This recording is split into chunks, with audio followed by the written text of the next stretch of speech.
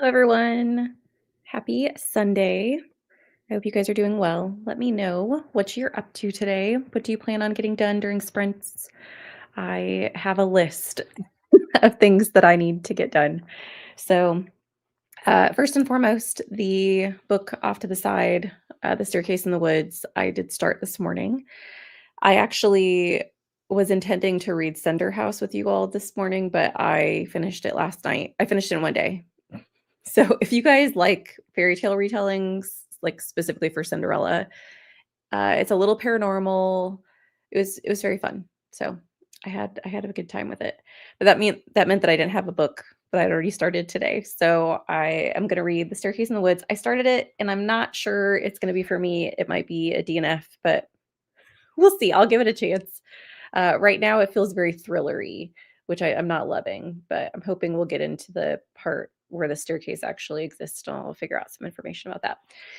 And then I will switch over to the book that broke her heart or the book that held her heart at some point in time. But I'm going to be reading this physically.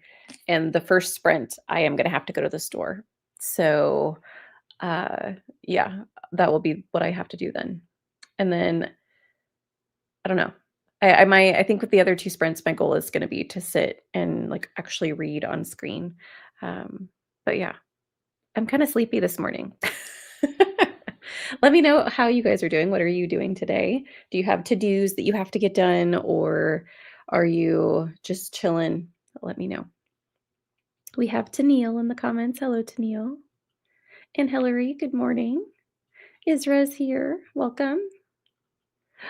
Reading Addie LaRue, about 40% in. Hillary, have you read it before? Is this a reread? Oh, that's one of my all-time favorite books. Oh, glorious. I hope you love it. If you don't, like, no worries, no pressure, but I freaking love that book. Ro, hello. It's been a minute. How are you doing? I hope you're well. Gonna be starting Gideon the Ninth. It's my 25 to read in 2025, and I'm really behind with these books. I am too. I think I have 13 books left. Maybe it's not quite that many. But yeah, I still have a lot for it being almost the end of October. Interesting. So Gideon the Ninth. I have read Gideon the Ninth and what was the second one? I don't remember what the second one's name is, but I liked Gideon. The second one, I didn't like the reveal, but I do think I'll continue with the series. I hope you enjoy it. And the 25 and 2025, those are nice lists to make, but sometimes your moods change throughout the year. Maybe you've just been more enticed with other books, and that's okay. I rewatched Aragon today. The disappointment still hurts. Oh no, why is there disappointment? I haven't seen Aragon. Is this? I'm assuming that's an adaptation that was made from the books. My guess, since it's the same name. I also haven't read Aragon either. But is the adaptation not good? That's what this sounds like to me. Oh, I'm sorry. I'm sorry, friend. Margaret is here. Hello, Margaret. Welcome. Oh, I completely didn't put the link in the Discord. I'll do that on Sprint. You reminded me this morning has been a little bit of a blur. I was trying to get up and go to the store before sprints, and I realized I didn't even make a grocery list. So I've been like running around my house trying to figure things out because I woke up late today because I stayed up late at last night. It all happens. Nadim is here. Hello. Good morning. Anne is here. Hello. Welcome. Goals today are to do chores while listening to audio and read 2 volumes of the Apothecary Diaries manga. I love that. Good morning, Gabby. Reading Our Share of Night. Our Share of Night. Is that the one I read for? I think that's the one I read for Battle of the Booktubers. It's definitely weird, but I'm enjoying it so far. Good. Hello, Bia. Almost done with editing my vacation vlog where I let Insta decide my day. That's amazing and also scary. It only needs music. Wonderful. That sounds fantastic. It's your first time. I'm really loving it. It's been on my shelves for years. Oh, I'm glad you're loving it. I wish I could read that book again for the first time. I've reread it twice now, but there's nothing that's like the first time. I'll let it sit for a second and get other to-dos done, or even some reading or something. Totally get that. Just take a step away, take a little bit of a break. About to start It by Stephen King. Good luck. I've never read that one, and don't intend on it, but it's a good spooky season read. I've got about 60 pages left of Daughter of the Other World. Are you still liking it, Anne? You're so close. Horror of the Night, that's right. You are correct. I thought, like, I don't wanna say too much, but, like, just, mm, the entire book was confusing to me, and I'm okay with that un until the reveal for why, um, like, the reveal for why it's confusing and why you don't know what's going on wasn't worth the wait. That's what I'll say. Now, some people disagree with me and think that it's a masterpiece, and so I'm definitely in the minority in that, but that's just how I felt about the second book. The first book I thought was fantastic. I love Gideon. I diverged from my TBR and started Gobliano London and the Scourge of Pleasantries. It's a man and a cat PI duo. Oh, the cat's the narrator. I think it's the same author as Baking Bad. I'll have to check this out. I'm going to star this and look at this on one of the sprints because that sounds fantastic. I love a cat narrator. It's great. Because Aragon was a good adaptation until it took an absolute nosedive off a cliff. Oh no. Well, I guess I can check that one off my list. I do want to read the books. I just haven't gotten to it yet, but I didn't know that there was an adaptation. Is it like, well, no, because you said it was good until it took a nosedive. I was gonna say, was it like bad CGI or something? Hmm. Hello, Louisina. How are you? The second half was so bad. Oh, that's sad. Aw, sad day. It's Mother's Day here, so I'm going to be spending some time with my mom, still hoping to get some reading done as well. Lovely. Well, I hope your mom is doing well. Wish her a happy Mother's Day from all of us. I soft DNF Haro, still wanted to get through it so that I can continue the series. I've heard the third one is better, more normal again. Well, that's good to know because, yeah, if it was another Haro, I would definitely struggle with it. Um, I like the characters though, which is why I was gonna push on, but I hadn't heard anything about the third. I stopped looking into it because I was like, I don't wanna, like, freak myself out and then not pick it up because people are telling me not to. So, I'm glad. I'm glad that the third one is maybe a little bit more normal.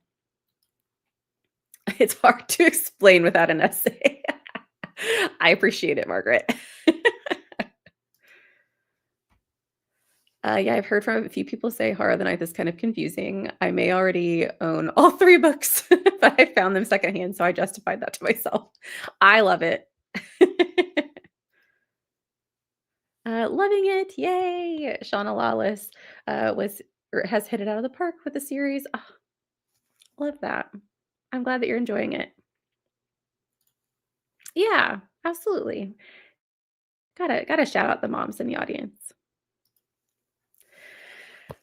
I let's see, what else? I told you guys I had a to-do list. So I'm gonna tell you and you'll be my accountability buddies for the day.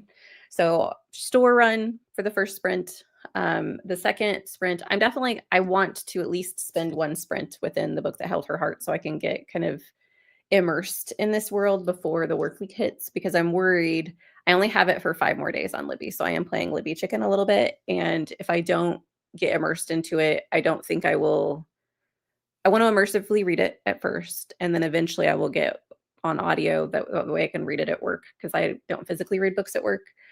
And if I can immerse myself in it today, I can continue with it during the work week at work. So that's one of my goals for the sprints. But I also need to um, make lunches. I have been I did not do a good job last week, but the week prior to that, I did some meal prepping, and so I'm gonna do the same thing this week. I have a salad, like a big it's not a salad because it doesn't have lettuce or anything in it. It's essentially just a big pile of vegetables with, like, a lemon drizzle on top of it that I make for salads. throughout the week. So I want to do that and then cook lunch. I think I'm gonna have French toast for lunch, guys. I think that sounds good. I'm feeling breakfast. I might not. I have another meal. What was it that I was gonna do? Oh, my jalapeno popper chicken. But I think I'm feeling French toast. It sounds good to me, but I might change my mind. We'll see. So I am That's true. I don't know, it just up my head. I feel like anytime I say salad, people are gonna visualize leafy lettuces and things like that, and it just has like, it's got cucumbers, cherry tomatoes, red onion. I think I'm gonna put some edamame in it this time. That's a new addition, and then it's got a red bell pepper in it with mozzarella pearls, and then I just drizzle it with, like, lemon juice and olive oil and salt and pepper. It's really simple, but it lasts for the entire week, which I've been a little surprised by that it stays fresh.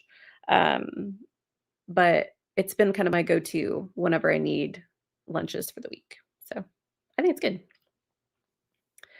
Hoping to start Not for Good Maidens today, for the Fantasy Horror Blend prompt for TBR Harvest. You'll have to let me know what you think. I have never read that one, but I read open my my mouth, my heart's an open grave. My something's an open grave by the same author. And Not for Good Maidens has been on my list forever, and I just have never picked it up. But after my experience with My Heart's an Open Grave, I don't know if that author's for me. I think it's because it was YA. But I think Not for Good Maidens might also be YA. I don't know. Although it's about goblins, and I'm here for that. There are multiple salads that don't have lettuce. I'm glad. I just always feel weird whenever I call it that. Doing the pumpkin patch, but using bingo prompts to harvest elsewhere. I love that. Good morning, Camilla. How are you? I'm going to be reading The Intruder by Frida McFadden. Lovely, lovely autumn read. I'll let you know. It's YA, but it's been on my TBR for a while, and I want to try it. I've wanted to try it for a while. I just after that one experience, I was like, maybe because sometimes YA authors work for me, and when they do, I feel like I can go back to that author for that category. It's not a genre, but that category of book. When an author doesn't work for YA, I am leery to pick up YA by that author again because typically the vibes are the same. And I don't know, I haven't found very many YA recently that I've really enjoyed. I'm better with middle grade, which I think is odd, but I think being in a teenager's head, which isn't always YA, but I don't know. There's something about it I'm not a big fan of. My Heart's an Open Grave also had a little bit of it wasn't as dark as I wanted it to be. I don't necessarily attribute that to it being YA, but it kind of turned into almost a romance of sorts, and I wasn't here for it. So there was that aspect as well because me and romance don't always get along either. So I'm the same. I usually prefer middle grade over YA. Yeah, I don't know. I don't know why. I feel like middle grade, it's more adventurous and it's more looking outward, I guess. There is some introspection in middle grade, but you're not drowning in it. I feel like in a lot of YAs, when you're in their head, that's the time of life when you are like analyzing yourself and you're pitting yourself against other people and you're trying to change yourself to the world's needs, and you're very much closed in your head, I guess, and that's part of the issue. I also just I don't know that I like the dialogue in YA, whereas I feel like in middle grade, I don't know, I just feel like it's better. I feel like I get more out of middle grade. It's more interesting, but I know that a lot of people love YA, so it's just not for me. A lot of YA wants to do the Twilight Brown study. What's the Twilight Brown study? A lot of YA wants to do the Twilight Brown study. Does that have to do with Twilight? I've never heard of that. Definitely picky with YA and don't read much of it anymore. It tends not to call to me. Yeah. Same. Sometimes teenage angst is too much for me. I agree with this. This is so relatable for me. This is why I couldn't read Don't Let the Forest In by, is it CG Drews? The premise is amazing, but I couldn't deal with it. There's too much angst. Not for me. Hello, Leandra. Good morning. Find YA has a lot of melodrama. I'm not here for melodrama. I agree. A lot of introspection and inner dialogue. It got worse after Twilight blew up. Okay. Yeah, and I could see that. Like them because you people like to do what works, and Twilight obviously was very popular, and so people are gonna try and mimic what it created. So I get it. I don't like it. I love the angst. I'm not here for it. I'm just nope. It's too much for me. Jumping in here, not sure what was said, but I think a lot of YA dialogue references age so quickly because language trends at the age level change so fast. That's a good point. I could see that because that is when like they start creating their own language, their own what are those called? It's not idioms, but their own like slang, I guess. And yeah, if that's continued to be used, then it doesn't age well because you're like, wow, this is definitely written in the 90s or, yeah, I agree.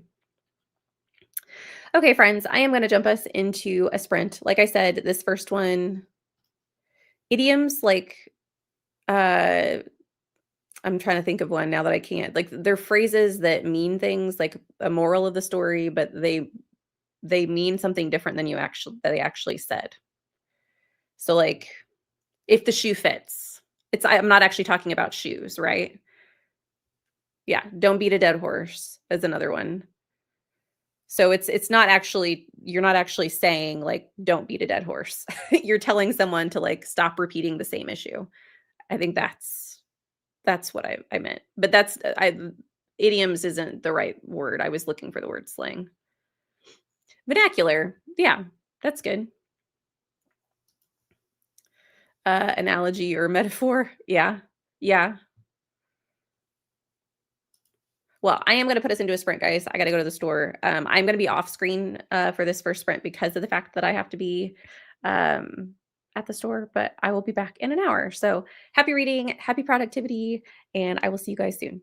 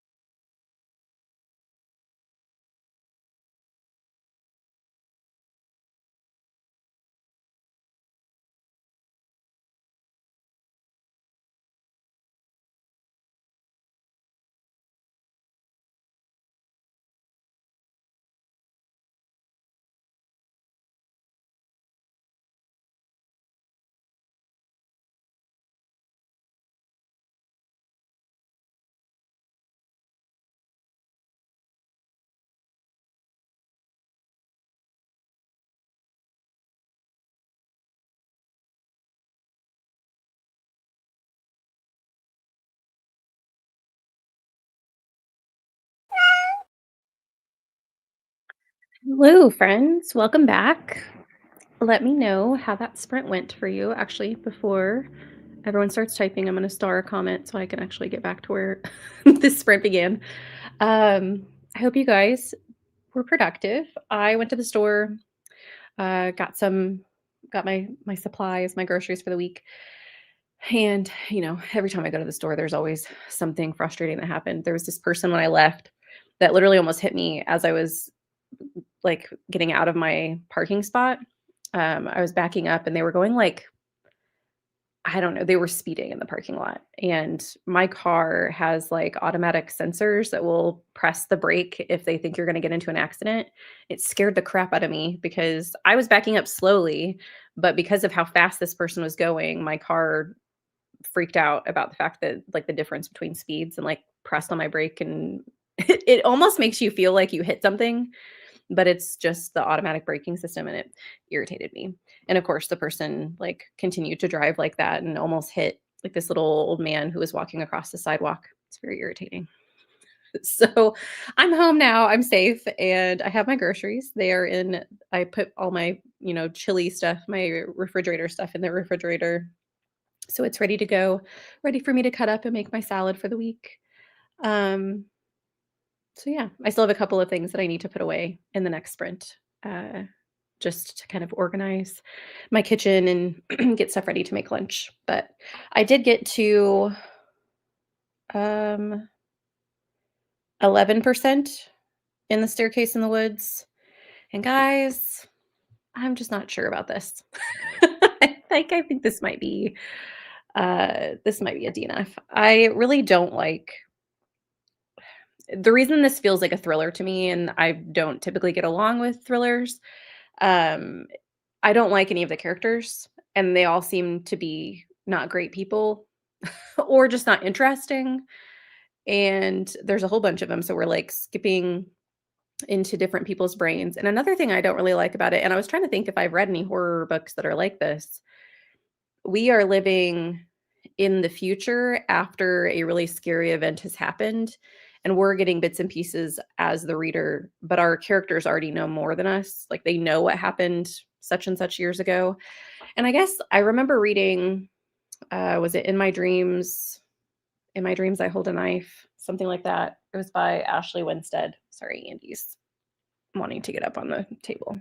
And I have my book and stuff up here, so he's frustrated with me. Um, and I like that one. Oh, and that was a thriller, although that was several years ago now that I've read that, so maybe my tastes have just changed. But that's frustrating me about this book. I think I would prefer to have lived through the event with them, and maybe we will. Sorry, you guys are getting the floose. Come here. You get on my lap. Um, so yeah, I don't know. I don't know if I'm going to continue with this. I definitely am going to uh, be reading the book that held her heart in the next sprint to kind of, chill out. I've got my tea, my cup of tea, which I'm very excited about. It's very cozy. It's actually a nice fall day here. It's like brisk outside, and I love it when that weather starts happening. I don't like cold, but like when the mornings are brisk and it warms up throughout the day, it's like my favorite weather. And so I was very excited when I went to the store and I walked outside of my car and I was like, ooh, it's a little chilly. It made me happy. So we have a Margaret. Let me see. Thank you for waiting until I was actually sitting down. Hello. Hello. All right. Hopefully, nothing drastic happened in the 5 seconds between I'm very excited for my tea and when I got here. Nothing really exciting happened. I mean, I feel like tea is very exciting. I agree. In the morning. I love this is like a pumpkin spice chai, and it's delicious. Very nice. I like the one that I do is like a tangerine tea. I like really citrusy teas. So nice. The more traditional ones don't necessarily work for me all the time. So. Okay. Flavor wise or? Flavor wise, like I'm not someone who particularly likes a lot of black tea. Okay. Right? Like I can like it if it's got the right flavor profile. Yeah. I don't know that I've tried pumpkin spice. I've tried apple spice, I think. I do like apple spice. I like the warm flavors, like cinnamon, cardamom. Yeah. Those I are like my spices in my tea. I like a good hibiscus tea, like floral teas. Love it. So, but my favorites apparently have orange or tangerine or some sort of citrus in them. Interesting. Yeah, I'm not a fan of like florally teas, although I don't think I've ever had good quality floral teas. Mm-hmm. I like specific ones. Like you're not going to get me to drink. Like, don't make me drink lavender, please. I don't like any form of lavender. We don't get along. Yeah. So, hold on. Let's see where our comments dropped off. Allergies are acting up a little bit today. So. Say that again. I said my allergies are acting up a little bit today. 'Tis the season. Really is. We had Cinnamon Geeks Out join us halfway through My Darling Dreadful Thing, hoping to be lazy today and just read. I love this book. It's amazing. I hope you love it. And Katie is here. Hello, Katie. Long time no see. Hope you're having the best Sunday. I will be lurking here when I can. So excited for Bucklistathon in November. Yes, me too. I'm very excited. I think it's going to be great. Hey, Bree. How are you? Read 3 chapters, Not for Good Maidens. It's intriguing. There are 2 timelines. The MC in the current timeline doesn't know anything about what's going on, which is kind of annoying. I guess we'll see how it goes. Yeah, I'm interested. You'll have to let me know because it's been on my TBR for a long time and I just keep avoiding it. It's an interesting way to build tension sometimes, but sometimes it can get frustrating when you're like, okay, but we know what's coming. Right. Right? Yeah. Like it almost makes you feel like the character's dumb. You're like, I know, so why don't you know? That it's one of like it's for me, it can be very fun to know things are coming when the character doesn't, but you've got to do it in a way that makes sense. Right. Right? So, like especially if it's one of like there are so many times where you'll have this and it's just that like clearly there's stuff the character doesn't know and a simple conversation could fix everything. That really frustrates me. I need a reason why this conversation is not happening. Right. Like why are we not asking questions? Yeah, you can have them sit down to have this conversation a couple of times and get interrupted. I can work with that, but if it's just like, yeah, no, they're just not telling people. It's like, bro, why are we even here? Yeah. I'm just planning author and personal content at the moment. No reading just yet. Watched football in the background. It sounds lovely. Sounds like a calm day. Love it. Depends what have you on been what up kind, to? how that football game is going, to be honest.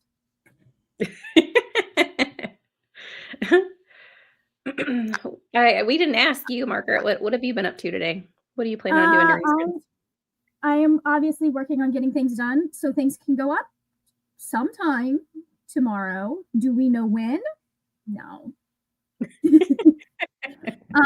be fair, we're all going to figure out when stuff goes up tomorrow together. Just because of like I knew this was a possibility that it could happen with the drop date needing to be a day that I worked. Mm-hmm. So a lot of it will have to do with how long my first appointment takes. And if I have time to have everything go live correctly between that and my second appointment. Yeah, I get that. No worries. I know there will be people going, oh my God, what do we do? It's the surprise is part of it. So. Exactly. We just need one of those Dory gifts. Instead of just keep swimming, just keep reading. Just keep reading. Yep. Have about 25 pages of Daughter in the Other World. My parents called. It was great to talk to them. Aw. And I didn't get as much reading done as planned. Well, I'm glad that you got to talk to them, though. Yeah, that is nice. Listened to 4 chapters of Gobelino, London and the Skirted Pleasantries. Got 1 meal prep stew in the pressure cooker and cooked the protein and vegetable for meal prep too. That's very productive, Tennille. Great job. Hello, Krista. Just joined, haven't started reading. Intrigued to hear your thoughts on The Staircase in the Woods because it looks good. It does look good, but it's disappointing. Oh no. I don't know. I'm trying to decide how long I want to give it before I give up the ghost because it's just right now I just feel like I'm listening to a whole bunch of people whine at each other. Yeah, let me ask you this. Is there anything about it that is still intriguing you or that you still are interested in? Yeah, but we haven't gotten to it yet. Okay, I was going to say. And the only reason I'm intrigued is because I've read the synopsis. Had I not read the synopsis and I was reading this, I would be like, I don't understand why we're here. My rule is if there is something that I am still wanting, like nosy about, I will keep reading, which means that I honestly probably don't DNF as often as I should, but it is what it is. Yeah, and it is an easy read, so I mean, it's fine. I think I'll probably, what did I say I was at? Like I think I'm just over 10% or something, but I might give it 20 or 30%. I think it's 15 hours on audio. Let me see. Mm-hmm. Oh no, it's only 13 hours on audio. Yeah. And what's the genre? It's horror, but it might be thriller. Let me see what's it tagged as. It's tagged as thriller, suspense, and horror. And right now it's leaning a little heavy on the thriller side, which I'm not a fan of. Yeah. I mean, to be honest, if 10% into a thriller you're not getting grabbed. True. Like if this was a fantasy book, I'd be like, hey, maybe you should give it a little bit more. Like I feel like with fantasy, like it's less about the percent and more about getting to like 100 or so pages, depending on how long the book is. Yeah. Versus like a thriller that's like what 300 or something pages. If they haven't grabbed you by the first 15%, are they going to? Yeah. Well, and I think fantasy, the reason it works for me, even if, I'm not grabbed in the first 10%, typically I can find something that I like whether or not it be the world building is interesting or a character that I really love, I don't mind just kind of chilling out with them. Whereas one of the reasons thrillers don't work for me is so many of the characters are unlikable. And in this, not all of them are unlikable. It's just some of them are very boring. And then they all are like, they're not, it's an old friend group scenario. So they all have history that I'm not aware of at the moment. And they're not good to each other. And I'm like, I feel like I'm the awkward observer of like a really bad situation between like past friends who have issues. And it makes me almost have like secondhand embarrassment for them. I'm like, oh, I don't want to be here for this. Like you guys handle your problems. I mean, and also with fantasy, you have all of that world building that you have to get through. Yeah. Like they can't just, I mean, they can, but it's harder to just drop you in the middle of the action. They have to take some time to show you what the world looks like and what the normal looks like. With thrillers, that's not as much of an issue because usually they are in their real world. Right. So, like. Well, in this one, there's definitely something fantastical happening because of the staircase. So that's the part I'm interested in. I'm like, I want to know about the staircase. I want to know what happened to this person. But we haven't even touched that yet. A thriller, that's kind of like you don't have to do the world building at the beginning. You do that as lore that is discovered later, right? Right. So, anyways, maybe it's just a not for now book. Who knows? It could be. The meow. I love this because Andy does this too. When he's in the room and the cat meows, he's like, what is happening? Yeah, it's not great. It always happens when I go to the store. There's always something that happens. Oh, I don't know what the drivers were on yesterday, but they were crazy. I feel like it gets worse every year, and I don't know if that's just me getting older or people or drivers getting worse. I mean, we are going into the holiday season, which means the number of snowbirds that we have is going up. Or the number of not for like non-locals is going up. Yeah. So, but like we've also been in this situation where a lot of people moved down in 2020 and 2021. So half the Florida plates did not grow up driving here and do not understand the rules of the road here. So like people want to like be mad about Florida drivers, but I'm like, it didn't used to be this bad, my friend. Yeah. And it's nowhere near as bad as I've seen in Maryland. I'm sorry. As I say, there are definitely places in the world that have worse drivers. Oh yeah. So anyways. I want to read As Good as Dead, but it's so dark and I heard it gets worse. Oh no. Well, maybe you could like try it, or you could try, like, if you're worried about it being dark, you could check like Storygraph and the trigger warnings page to see if it's something that maybe you don't want to read. Yeah. Or maybe it's one of those things that like maybe now's not the time to read it. Maybe you wait until we are in a less dark timeline first. Right. That could be wild. Sorry, it's not fun. Probably better to pitch it and move on to something you'll enjoy more. Well, and this is another thing. I have so many books right now on Libby that are just waiting to be read because I still haven't figured out the whole suspend versus like wait to borrow thing. I haven't figured out a way that it will work for me. And so I just keep borrowing books, and then they sit on my TBR shelf for like 21 days, and then I have to send them back and get back in the back of the line. Yeah. It's a problem I have. Made it to 45% in Addie LaRue. I need to get ready for the gym. I probably won't be back before the end of sprints. No worries. Have fun at the gym. Yes, Andy, he has since left me. So he was only interested in being on screen for a little bit, apparently. Andy, come back. He found his little fort in the back of the room. So he's fast asleep. How dare you use your desk for desk things? It's clearly supposed to be an Andy runway. Yes, exactly. You might as well read the book you were anticipating and are excited about anyway. Exactly. Yeah. Are you doing the adventure path or the NPC path? Do you have to worry about prompts for what I'm doing the NPC? So I don't have to worry about prompts. You don't even have to worry about shit. Yeah. It's been quite nice. Yeah. No, it's there for a reason. Yeah. So. Yeah, yesterday I wasn't feeling any of the books that I had picked up, and I DNF'd Arcana Academy, which is a bummer. I was really excited about it.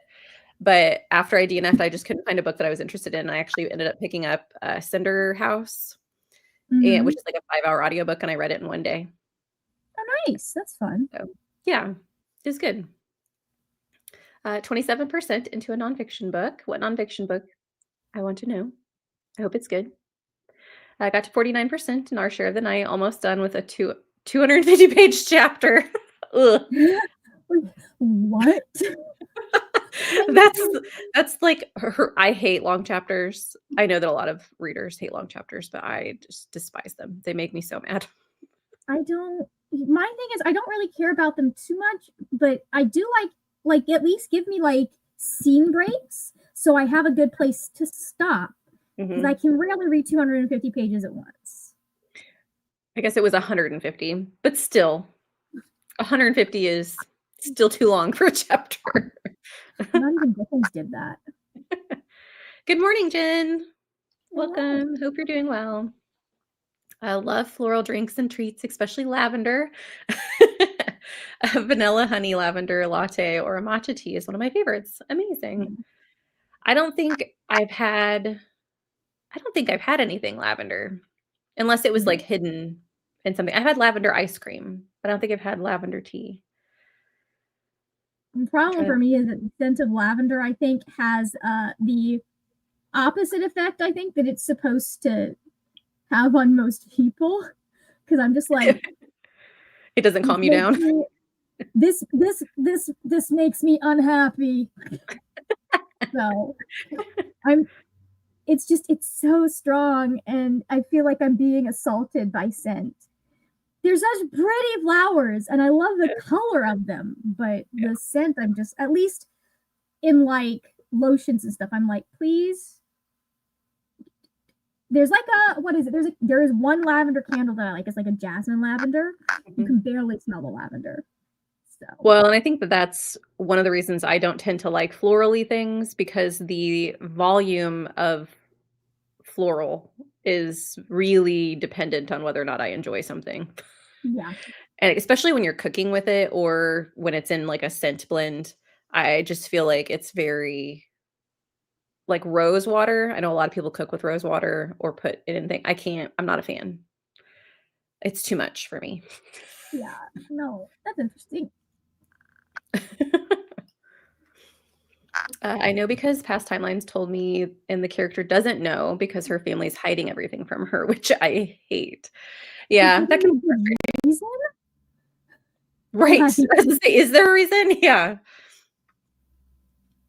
Like, I feel like there can be good ways to do, like, we can't tell you, because if we tell you, it will affect the outcome. But like, yeah, like I get it. There are reasons the authors do the things that they do, but then they need to put the reasons in the book. Yeah. Yeah. Yeah, and like, it's always wild too when you have someone that's a chosen one and people know that's a chosen one, and then they're just like, we're not going to tell them anything about what's going on. We're just going to throw them at shit. Like, if you can justify it in the narrative, okay, fine. But Camilla read 35 pages. Lovely. Nice. I have read Ascendant. Ascendant is actually this really beautiful book right here with the yellow and like the little guy in it.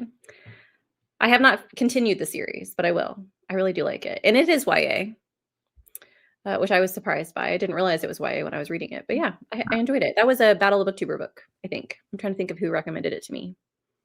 I don't remember, but I did enjoy it. I got that one on my TBR. It looked interesting because it's indie pub, isn't it? Yes. And it's about Dragon Writer Society, and the Dragon's Blind, right? Yes. Or something like that. Yeah. It's very tropey, but I like old, like classic fantasy tropey, and it kind of makes fun of itself in the process. I really like it. That's fun. I like it when there's some sort of self-awareness in a novel. Yes. Yeah. There's a part in that book that the person, his name's Holt, he gets to name his ability, and what he chooses is so funny. And then there's a conversation that he has with another character who's like, that's a dumb name, you should name it this. And it's like one of the classic like fantasy powers, like fantasy abilities that everyone knows what it is. And I like that type of humor. It's funny. DNF might get better later. But so what? You could probably have 100 great books on your TBR. That's true. Yeah. I do have a ton of books that I could read instead of this one. DNF doesn't always have to mean never finish. Right.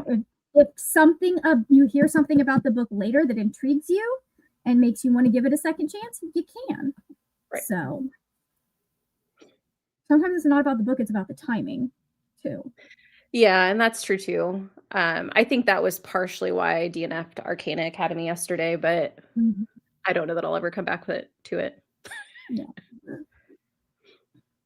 Don't get me started on bad drivers. A hill I will die on is that people should be tested once at 16 to 18 years old and then never tested again. My thing is that she meant shouldn't. I saw that later. My thing is that, like, on the one hand, like, I don't think people drive, like, rules of the road aren't always exactly what you're being tested on, like how people actually drive in your state. So you might be able to pass the test really easily, but like not drive that way on a day-to-day basis. My thing is, and this is having worked in, I worked in car insurance for about 5 months. And so I was very, like, we had a couple of clients that their family should have taken their license, right? And I know that that's hard, that there's a whole conversation there. And I've had a conversation with my parents of like, hey, if you guys get to a point where you can't drive, I am taking your keys.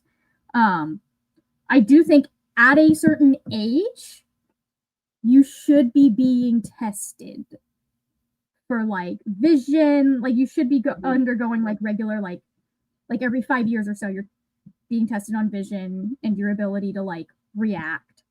So yeah. But I mean, even now, like I have been when I go to the DMV to get my license renewed and they have you take like the vision test or whatever, the line that I've been standing in, I remember I think it was probably 2 times ago now that I went, there was an elderly gentleman in front of me and he could not see. Like he was yeah, reading the little thing, he kept putting his head down and he kept getting the letters wrong. And the woman behind the counter was like, "Nope, try again." And then he guessed another letter and she'd be like, "Nope, try again." And I'm like, "How many tries did he get? He can't read a letter in front of him. He probably shouldn't have a license." And she like they continued until he got it right. And I'm like, "I don't why do we do this if we're just going to give everybody like I understand it's uncomfortable and you don't want to be like the person behind the counter doesn't want to be the person who takes their license away from somebody, yeah, but that's your job." yeah, If yeah. someone literally can't see, they should not be driving a motor vehicle. Oh, see, I don't think I've had to do a vision test since. I don't think I had to do a vision test at all when I got my license. Yeah, anytime we So renew, they have, like, the little binocular looking thing that you have to look in, and then you look at all the letters, and that's also they put the signs on there, and you have to say, like, what sign is what, and do you know what, like, what a yield sign yeah, looks like, and yeah. yeah. No, that's exactly it. Most of the bad drivers on the road are just people deciding that they're more important than everyone else, Yeah. which to some extent you do have to drive that way because you're the only one looking out for you. But like you Yeah. shouldn't be endangering other people. Right. So, Maybe it's me having unrealistic expectations, but I still expect thrillers to have some world building. uh-huh. Just because it's set in our world doesn't mean everyone knows about the region, town, or city. That's a good Well, point. yeah, obviously, but there's a lot of stuff that when it's set in the real world, you don't have to explain like what a car is. You might need to explain why, for example, the town doesn't have a lot of cars, or why like maybe not everyone has a phone. You might need to throw something in there, but like you don't have to sit there and go, this is how people communicate and like have a whole system of how communication happens. Right. Yeah. And I do think that this one has not I feel a little in the dark as far as, like I mean, we also have traveled, like, everyone is Mm-hmm. traveling to a specific location, and so we haven't spent a lot of time in a specific location. We've now just gotten to the woods, Yeah. um, but there's not a lot of You information being given in general. you also have to, and I think sometimes thrillers are hard about that. It's hard to do this with thrillers. You have to get the connection between the audience and the characters Yeah. in Which some when I hate way. the characters, that's hard. Yeah. I can like here's the thing. If I can deal with asshole characters if you give me a reason to like them, right? But like they've got I to be really even smart and witty, or they have to have some redeeming quality. Yeah. So Or I have to understand their motivation. Like, I might never like a character, but they have to make sense to me. And some of these because I don't know a lot of information too, that's not helping me understand yeah. why they're making the choices that they're making. I agree with this for Atlanta. I've never been to Mhm. Chicago, but when I was in Atlanta, and I was just there for, like, a very brief moment in time, the traffic there is awful. I don't think I've done a lot of driving in like Atlanta. I did a driving outside of Atlanta. Kind of like it was in Decatur, so it's like Hmm. so. But yeah, no. Haven't driven in either of those. But I do think that like people like to shit on Florida drivers, and I'm like, you realize that the reason some of our driving is so bad is because y'all are coming here. You do, you do, you do. Like I can remember the thing where I was like, this feels like we just it's snowbird traffic the entire year. Why? Yes. Oh, like it's bad because your parents are coming down here to live. somewhere that they shouldn't be living, to be honest, because that's meant to be a buffer between us and the hurricanes. From Here to Eternity, Traveling the World to Find the Good Death by Caitlin Doughty. Interesting. I haven't heard of this one. I'll have to look at it. Yeah, she's the one that has she's the mortician on YouTube. Oh, okay. Yeah, you've Interesting. probably seen her. Yeah. I really like this stuff. There's a nonfiction book that I want to get to. It's called Obituary, and it's the study, like they go around the world and they study like the different death cultures and a whole bunch of countries I'm interested in. One of the best lattes I ever had was a lavender cardamom latte. Oh, nice. It sounds lovely. I don't know if I like it, but it sounds lovely. I love cardamom. They're trying to protect her, but she's clearly the MC, and so she needs to figure it out. Yeah, I agree. And I can get behind it if it's well, she's only 15. She shouldn't be having to deal with this yet. Yeah, not like we're just trying to protect an adult. Yeah, but like we're not like if we're like I feel like sometimes the protection of the chosen one gets really like redonkulous because it's like we're just protecting them for no reason. It's not like, oh, well, they're still a child, so we want to keep them from having to deal with this for as long as possible. Right. It's just we want to protect them because it makes the story more interesting. Yeah. I agree with this, Anne. I do think it smells like soap. I saw it appear on your shelf, but I hadn't recalled you reading it. I think I need this from the library. I think you would enjoy it, Jen. I think it's a really good, at least the first book is really good. I'm going to read the entire series. I'm kind of hoping Broken Binding will do a special edition of the entire series because I mean, it's gorgeous. Yeah. I think I am going to What's that? It always annoys me when they only do like the first book and I'm like, but I want all of them to match in this edition. Yeah. Well, and I think Broken Binding, although I don't know if it's just the ones for their subscription box. Broken Binding subscription, I think what they do is they select a series and they do the entire series. And so, but I don't know if Ascended was just a special one because I don't have a subscription to Broken Binding. I was just able to buy it from their site. So if they did do the entire series, it's just a matter of whether or not there were enough people who have a subscription that didn't want it, because then I could go in and buy it from their backlist. But yeah, I think I am going to pause here. I'm going to start this next comment and I'm going to put us into a sprint. Amazing. That sounds great. So we will be back in an hour, friends. Go and be productive, and we'll see you then.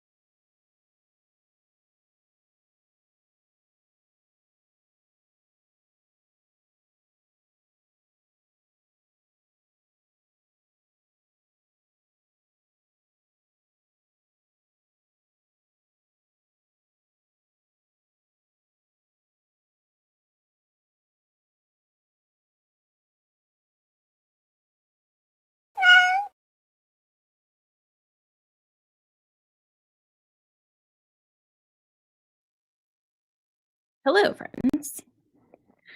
Welcome back. Oh no, Margaret. No, it's fine. It's fine. I've been getting things done.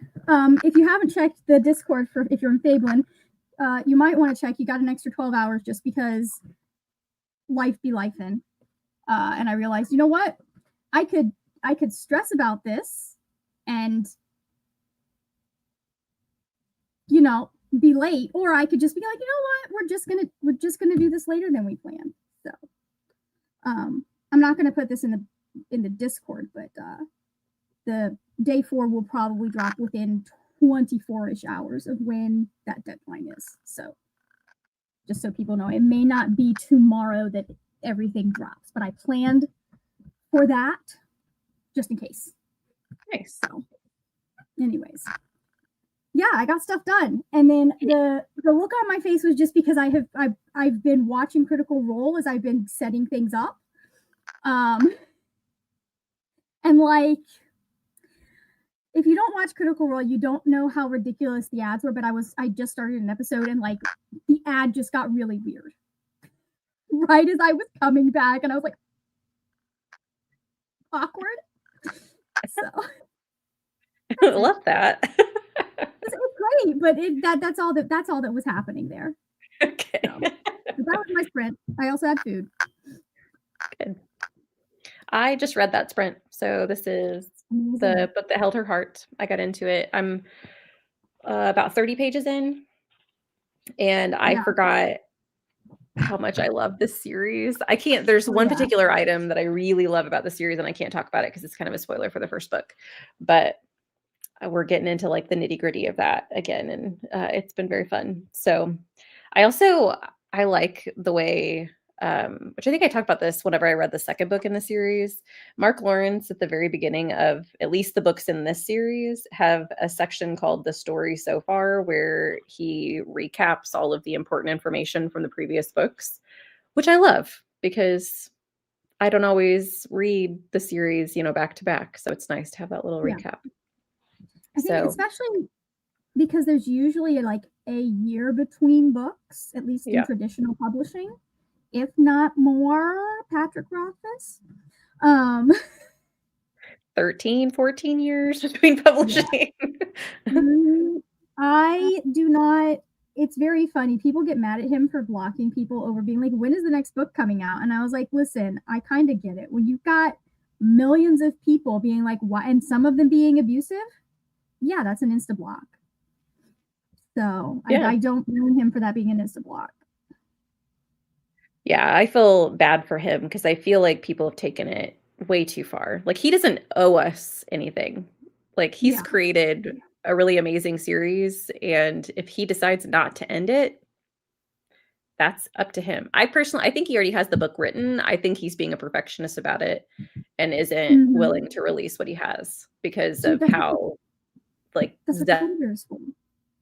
zealous people have been about like the fact that they want it to end. And I'm like, I just feel like so many people, when he does actually publish it, are going to be mean about the fact that they didn't get what they wanted. Yeah, getting in his head about it. And he's just like, it is what it is. I don't know. I don't know that I would finish the series. I feel like at this point I'm just like, well, I moved on. But I do kind of sympathize a little bit with why he does that, even if I am no longer particularly care for the series as a whole. Just like the time that I was would want to read it is gone. Sorry, man. I loved the first book. The second book was okay. But I would finish it just because I've been waiting for so long, and I feel like it's something I need to tick off my list, but I don't know that it would be something I pick up right away. I think I would probably wait to see like what the vibes are. I think I would like to see how things end for a lot of his female characters. Yeah. Because I know, was it like 5? I think it was like 6 or 7. It was pre-COVID, I think, that like an old blog post surfaced that was extremely gross. And I was like, oh, maybe the stuff that I was like, it's fine. Like, he's just writing maybe there's a reason some of that was the way it was. So, like, we'll see how people react to it first. Yeah. Yeah. So, but it's not the worst I've read, though, Okay. to be fully honest. Oh, yeah. There's always worse. I've read Terry Goodkind.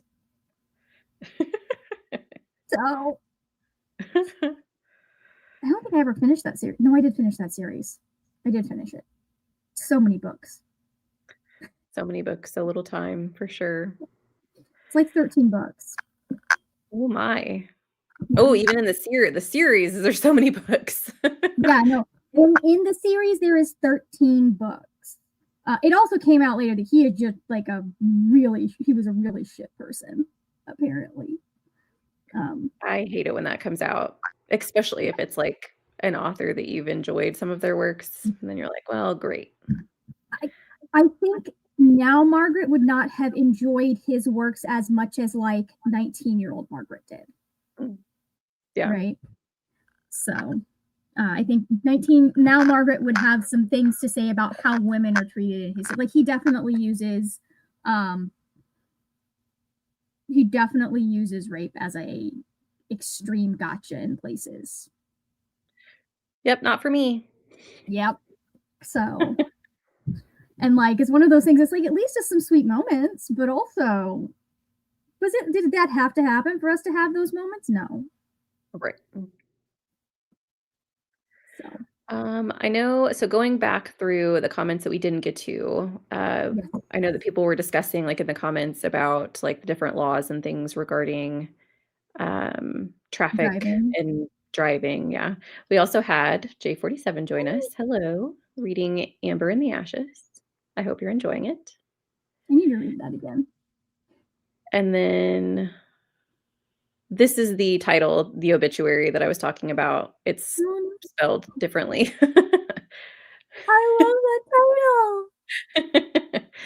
It has the authors of Obituary actually have a podcast on it. I haven't listened to the podcast. I don't even remember how I heard of this, but I think it would be interesting to just look at the culture surrounding death and how people deal with it differently depending on where they're from.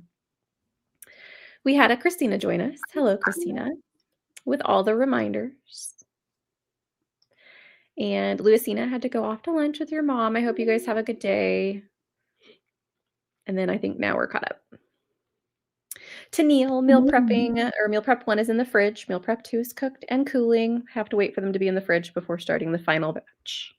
Lovely. Yeah, I understand that. Also read half of Apothecary Diaries too and listened to a bit more of Goblino London. Amazing. So much done. Love that you immediately fell into the library book. I did. And I'm glad that I waited until this morning because I tried to read it last night and I kept falling asleep because I just was very, very tired. And the writing in this, I just love it. I also think if you guys are reading, if you have read the series or plan to read the series, there's a short story collection called Missing Pages, and I would recommend reading it before you read the last book because there's the first 2 chapters in this, I think, are given context by those short stories. So just FYI. I'm assuming that's Terry Goodkind. Yeah. He had a secondary series that he started, and that is how we found out he was a shit person. Well, that was how it kind of came to light that he was a shit person. Because if I remember correctly, people didn't like the cover. Or there was something about the cover, and he just absolutely shat on the cover artist who did that. And then V.E. Schwab, who is like she's been in the industry long enough or at that point had been in the industry long enough that she's like, yeah, there are male authors that I refuse to work with because they're shit to women in real life. And she's like, he's like, well, now she's like, I can tell you he's one of them. Yeah. There were only a couple that she was at the time willing to name, but she'd just gotten like big enough that doing that would not have a horrid effect on her career. Right. So, but yeah, she's like, heads up, yes, this is an industry thing that we've known that he is awful and very misogynistic. So that sucks. Yeah. Had my special weekend tea, a sticky chai, and read a bit. I started 3 Bags Full last night for my Tuesday book group. I wanna read this. I have it on Libby okay, get this. So this book, I have checked out, like, probably 5 or 6 times, and it's never on hold. And now, which is, like, the month I wanted to read it in, I wanted to read it in October. I have it for 16 more days, and now 8 people are on hold for it. Oh my god. I'm like, "How? How is this the case? Nobody's ever checked it out before, and now Well, everybody wants to read apparently it." a lot of people are in Jen's book group, probably. Maybe. I think I'm gonna enjoy it. I think it's gonna be fun. Yeah. Have you heard of 3 Bags Full? I have not. It's about a whole bunch of, sheep, and their shepherd ends up getting murdered, and the sheep have to solve the murder. Oh, that sounds adorable. I think it's gonna be fun. That's so funny. There's also apparently a consignment shop that is Oh, I didn't know that. named that has this all. Oh yeah, that makes sense because it's Black Sheep. Something the poem is like something 3 bags full. Oh, yeah. Yeah, that makes sense. At least that makes sense as a title for a consignment shop. Got to 48%, was feeling crafty, so I got out all my crafting stuff and decided to make some bookmarks. I love that. How fun. Finished The Watchmaker of Filigree Street last night, and I really liked it. Writing characters, all the facets of Victorian setting that were great. That sounds amazing. That's nice. I need to read that one. Is that and say I've heard of that, but who's the author? Give me just a second. I feel like Natasha Pulley. Yeah, I recognize this cover. I just haven't gotten to it yet. Oh yeah. It's from 2015. So like it was like just getting big when I started BookTube. So what was I was looking something up that I needed for. Oh, that's what I was checking and delivering. It reminded me of something. I'm like, oh, when is that happening? Well, what are your plans for this next sprint? This next sprint will be my last one. Okay, good to know. Probably just getting finished with stuff. Trying to finish and be fully set up. I need to do some filming today. And then hopefully get some editing in, but we'll see if that happens. I have quite a busy evening planned, so we'll see. Yeah. But just finish some stuff up, Get caught. I'm debating. Get freaking caught up, to be honest. That's what we're trying. Yeah, I feel like it's a never ending. It really is. My to-do list is never ending as far as getting caught up. Absolutely. I can't decide whether or not I know I need to do my, like, chopping up of veggies and stuff for my salad, but I also just wanna keep reading. I might do halvesies. I might do 30 minutes of reading, and then I'll do 30 minutes of veggies. Yes. 3 Bags Full is also interesting because it was first published in 2005. I didn't know that, and was picked back up for republished this year. Interesting. I don't know why this happened. I haven't looked into it. I just read a comment on my Goodreads Choice Awards predictions that I have up. One of the books that I predicted to be in the top 10 is a republishing. I hate that Goodreads does that. Listed as a new release, even though it's not a new release. Because I thought, and I knew that he had written some things. He publishes books so quickly. TJ Klune.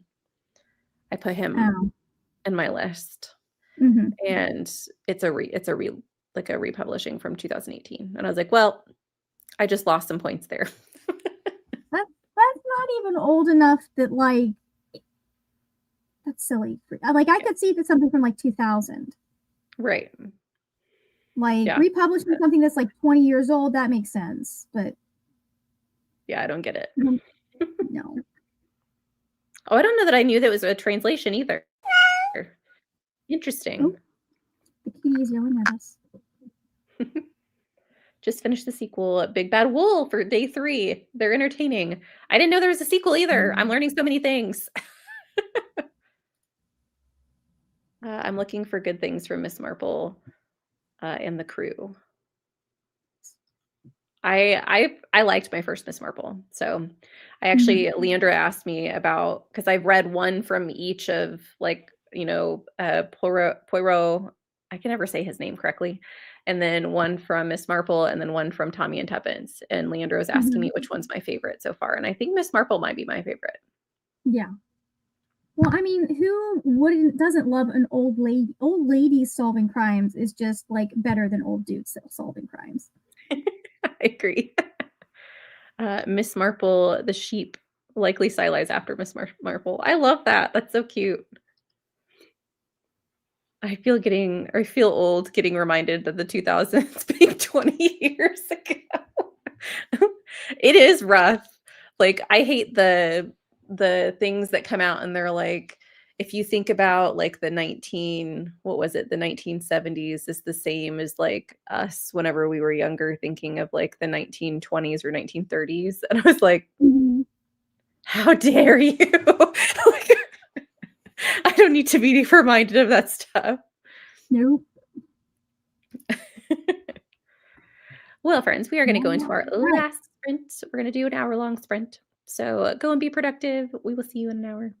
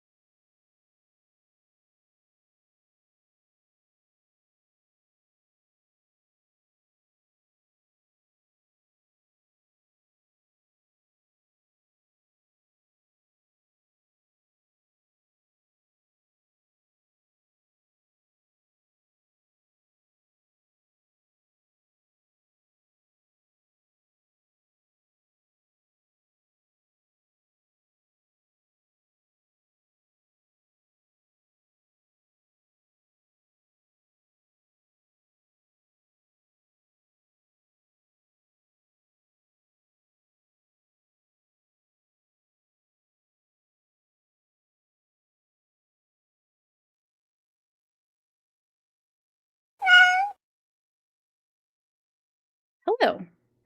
Welcome back from our last sprint. Let me know what you guys got up to in the comments.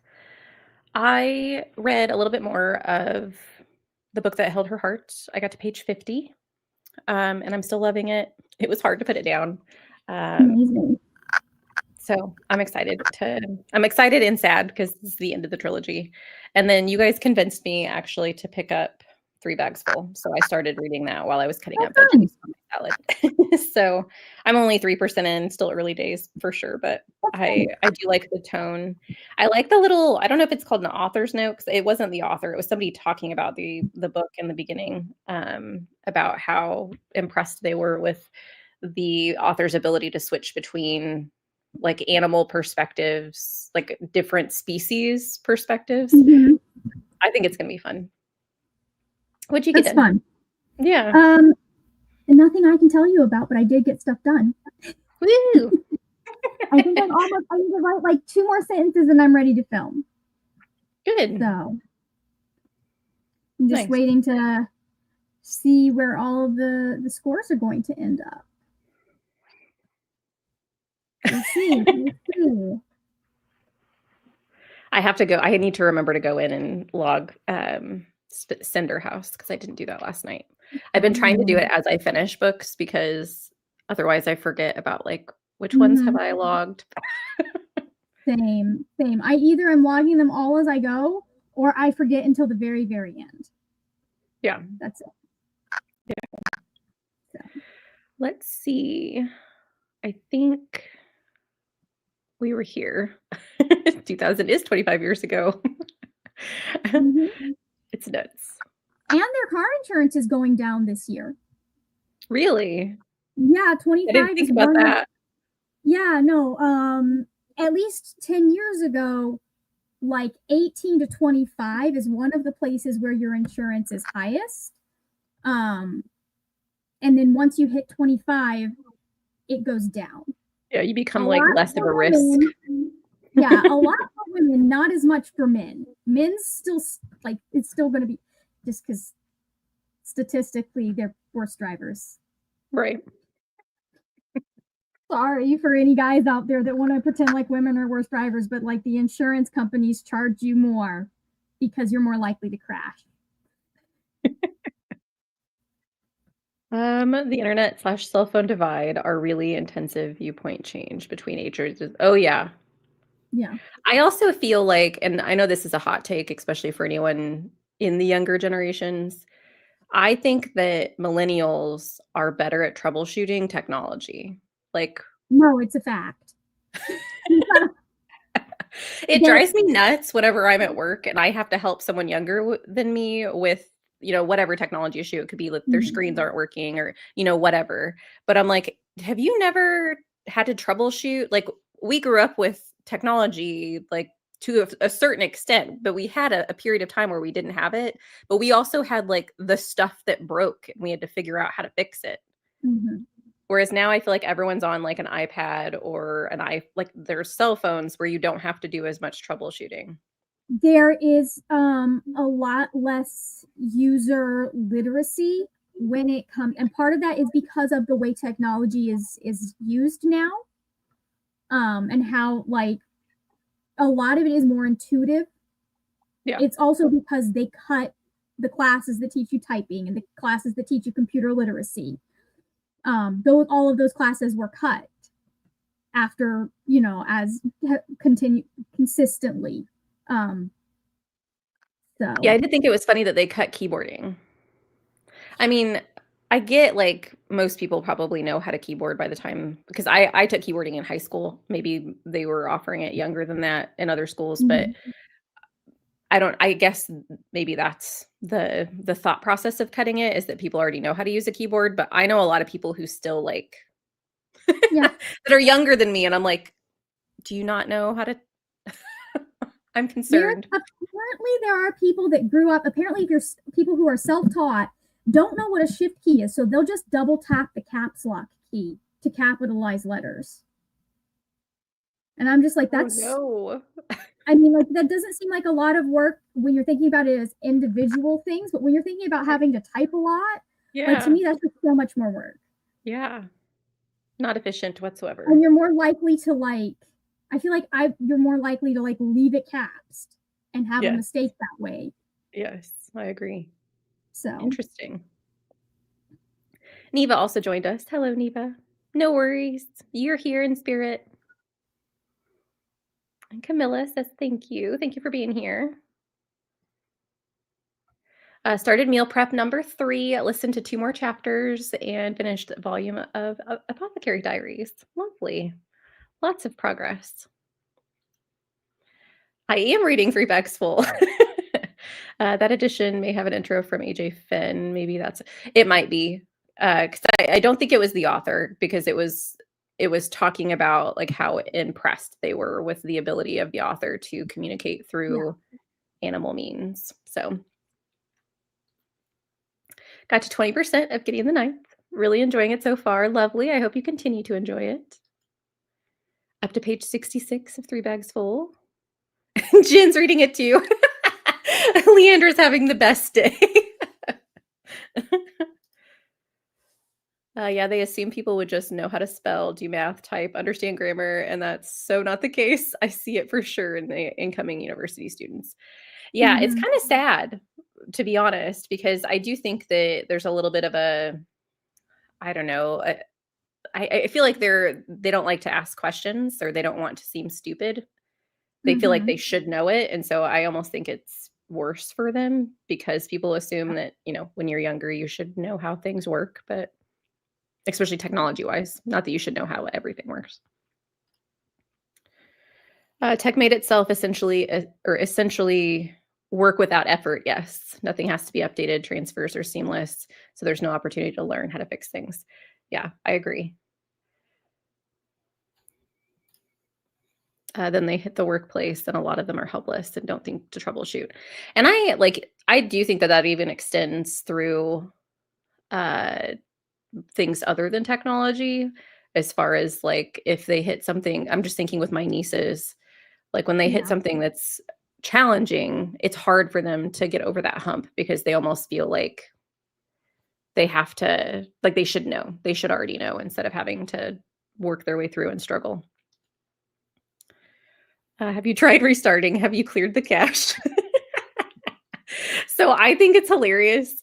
These 2 questions, when I do have like IT problems at work that I can't fix, but I know what's wrong. Like, I'm like, this is the issue that I'm having. And I'll call our technical department and be like, hey, can you help me with this? They will ask these questions. And I'm like, listen, I know that you're doing this because a lot of people who call you haven't done these things. But yes, like my husband works in IT. These are all things I do prior to calling you. Please just help me. Turning it off and on again is the first thing I do when things are acting up, because 90% of the time it fixes it. Right.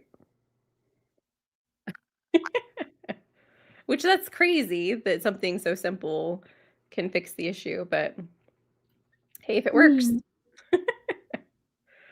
Our internet went down at work, and a student intern was like, I guess I'll just sit and wait for it. I helpfully suggested half a dozen non-internet tasks for them to do in the meantime. I've had issues with people like not knowing how to connect to Wi-Fi, because they just think it automatically connects. And it's like, have you been here before? Have you typed in the network code? Like, at my job, they send out an email that has step-by-step on how to clear cache. I've had people ask me what the cache, like, what do you mean clear my cache? That is the first thing I do when my phone is acting up, or they're telling me that it's not got enough space. So it's interesting to think of it as the tech companies have provided us all the knowledge in an easy to use way, removing learning and resiliency from people. Well, they also don't want us. They want us to be dependent on them and have to call them, and they don't want us to fix our own problems or repair our own tech. That's part of why I haven't moved to Apple. Like I'm still with Windows, because Windows computers I can do things with. I know how to fix some of the stuff. And like I just upgraded my Wi-Fi card on my other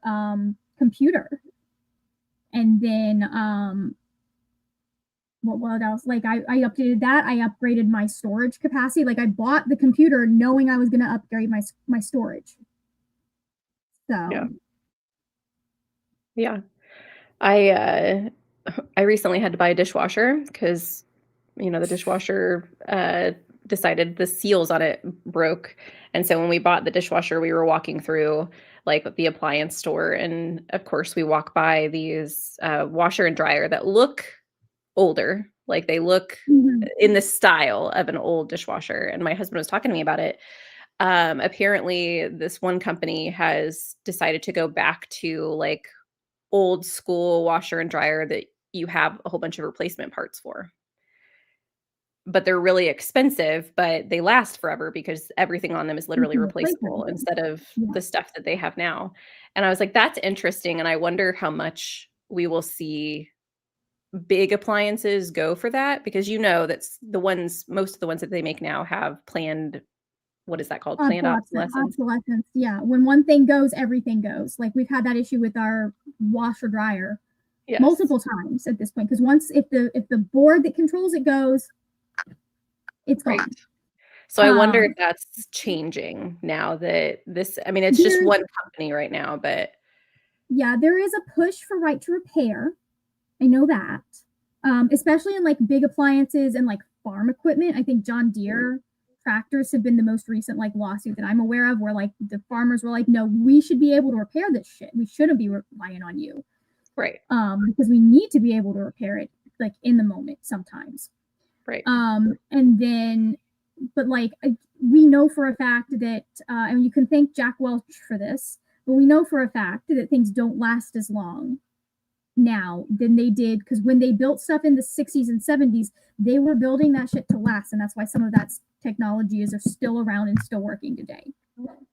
Yeah, my parents have their washer and dryer still from the 70s, I think. And then they have a fridge. It's not their main fridge, but they have a fridge from back then too that they have in their basement.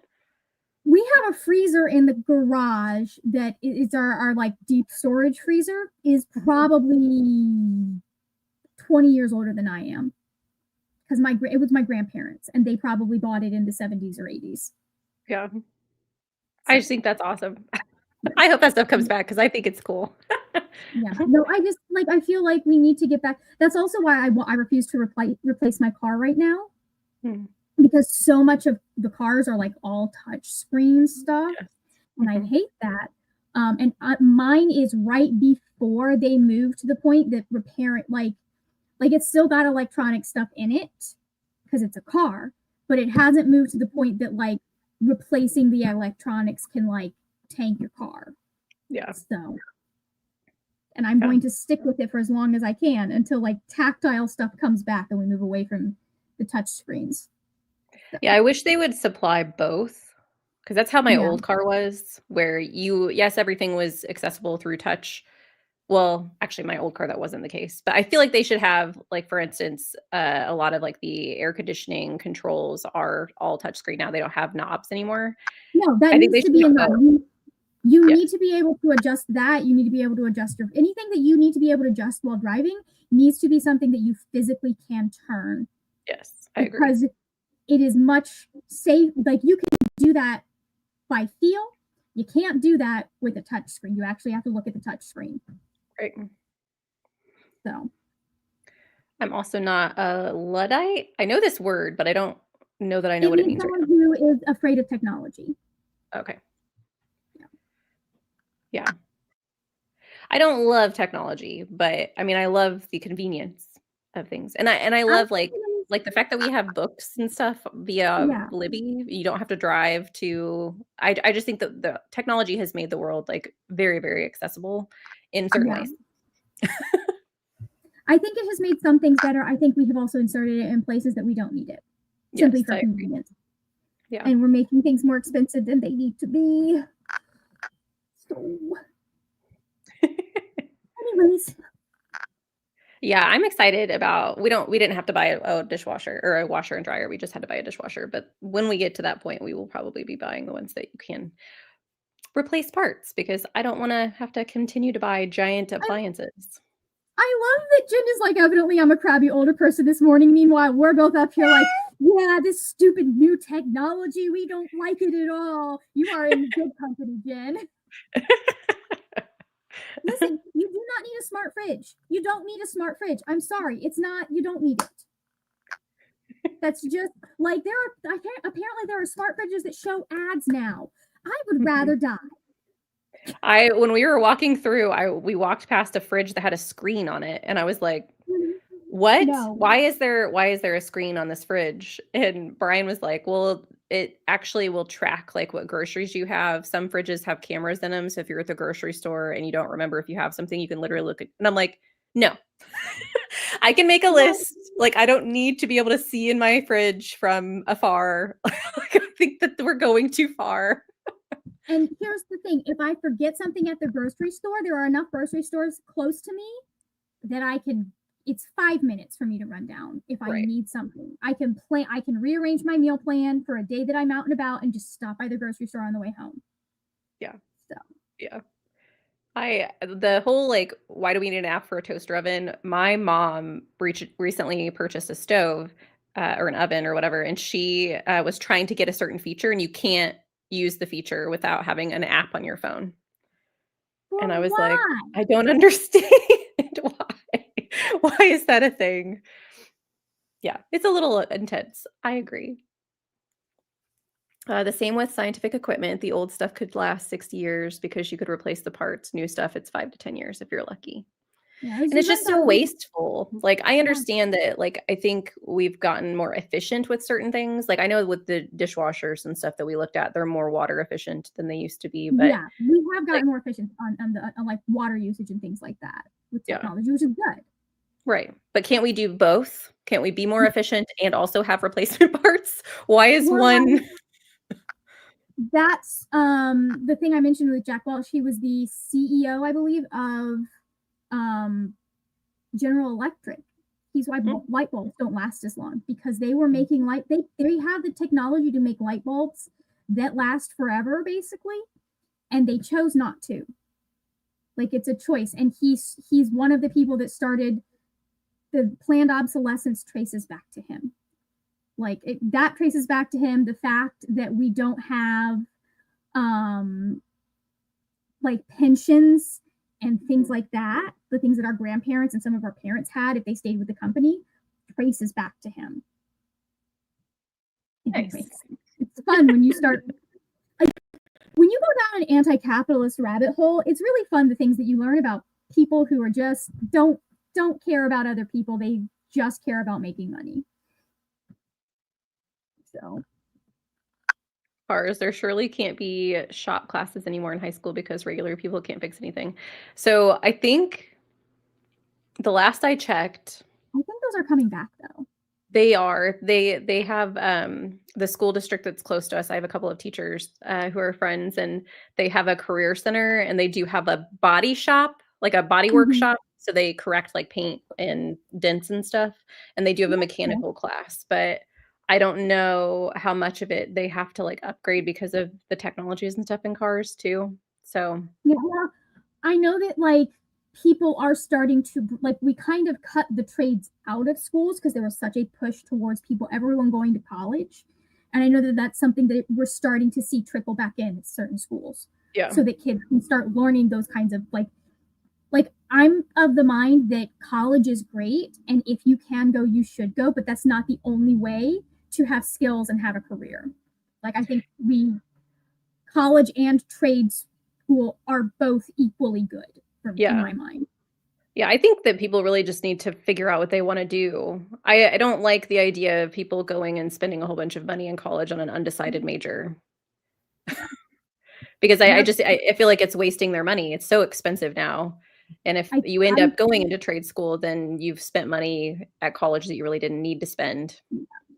I think that we put too much emphasis on 18-year-olds knowing exactly what they want to do for the rest of their life. Yes, I agree. I think things would have been very different if I hadn't have gone right into college from high school and like actually had a time to sit down and think about what I wanted to do. Yeah. I don't regret going to college. Right. But I would have gone for a different degree if I'd actually had the time to sit down and think. Although I didn't realize that until like the end of my junior year. So that waiting a year might not have helped me. I love this, Jen. Someone who works with appliances, I hate the Wi-Fi enabled ones. The parts are so expensive, and why do you need Wi-Fi on your washer and You washer don't and need a dryer? smart home. I don't understand how people don't understand that, like, having, like, people are like all into this whole smart home thing, and I'm just like, guys, like, you don't want everything connected in your home. Number one, like, They there is never a watched weird, Smart House? yeah, there's a weird conspiracy thing, first off, angle to it, which we're not at yet, but like that makes it more possible to happen. But also, like, you could, like, just, you shouldn't be able to access every part of your house It's at all times. okay. Like, it's It's okay okay to if you walk have to away from wait. your house and for it to just be empty, Like, I would never get one of those smart locks, because what happens if it goes down? What happens if the internet stops working? What happens if like, I've seen people get locked out of their own house and have no way to get in. Yeah. I've heard of people. There are some things, like, that I do think, we have an app for, like, whether or not our garage door is down. I don't even think it's an app, it might just be a notification, but, like, it will alert us if the garage door is open, which I do like that, because we always have those moments where the things that you do every day, you're like, "Did I shut the garage door?" The only thing you need for, like, a smart stove is you just need is just a sensor that says, yes, you did turn the stove off. Yes. Nothing's on fire, everything's off.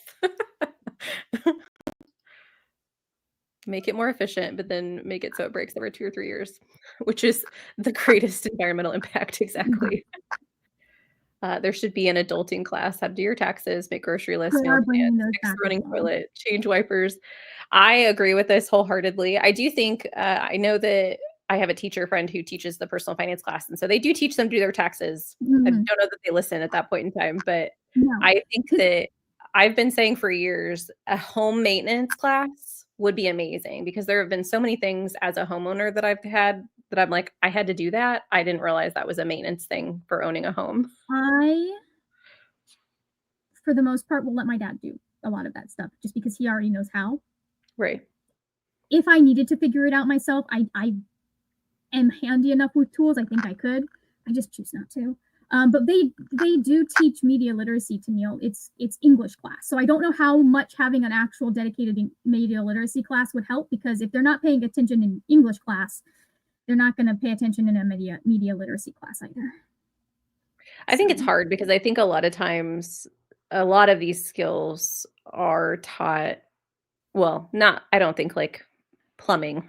Plumbing is not taught in a high school, or changing, like, the wipers on a car, unless they take something, like, take a class that's specified for that. But, like, media literacy, doing your taxes, I think that it depends on the teachers they have and how applicable they make the learning process.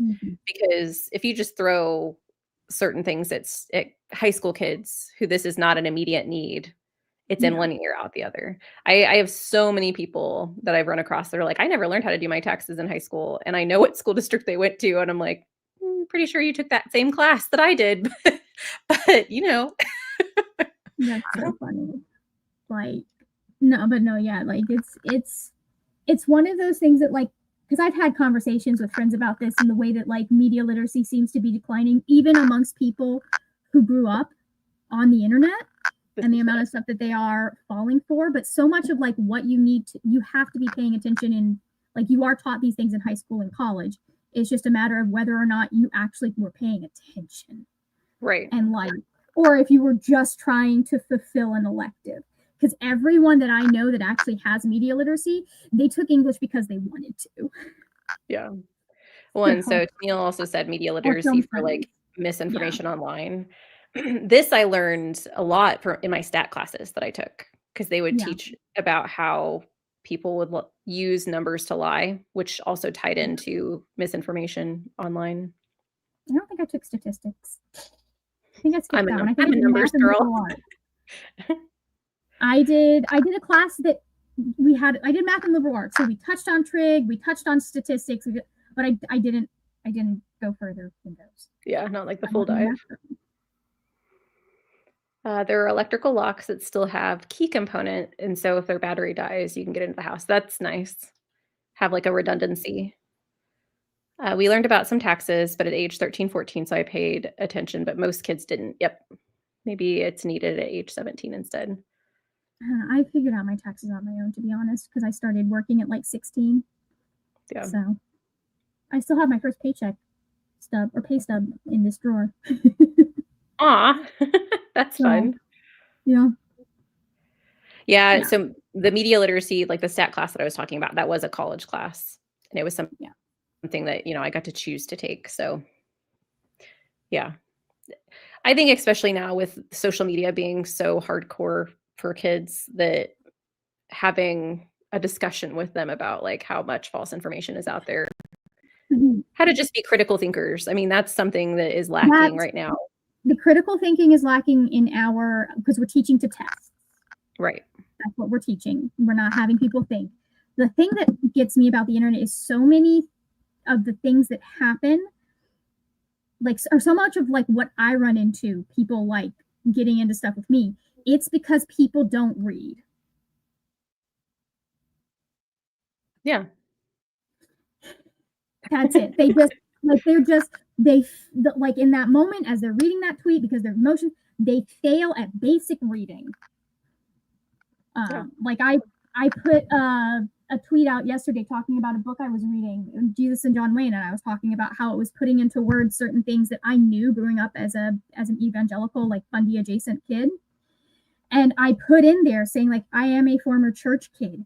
And the number of people that were in my replies going, yeah, you should just hear some of the stuff that they say in churches. And I was like,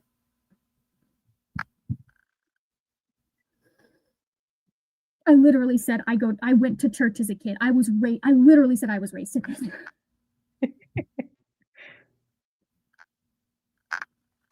Yeah, thanks for being here, Jen. I appreciate it. You're very welcome. I hope we both I enjoy hope the you book have a as good well. evening. Hope you have a good week. My dad taught me the difference between editorial and news when I was 12. So many people's parents didn't do that. Yeah. Yeah, I definitely think that it's a need for sure in our society. Yeah, I hope you have a good rest of your day as well, Tennille. Well, Margaret, let us know, what should we be paying attention to in the Fablen universe? I know you've kind of given us a little bit of a rundown so far, but and Yeah, then a if you little have bit. anything else.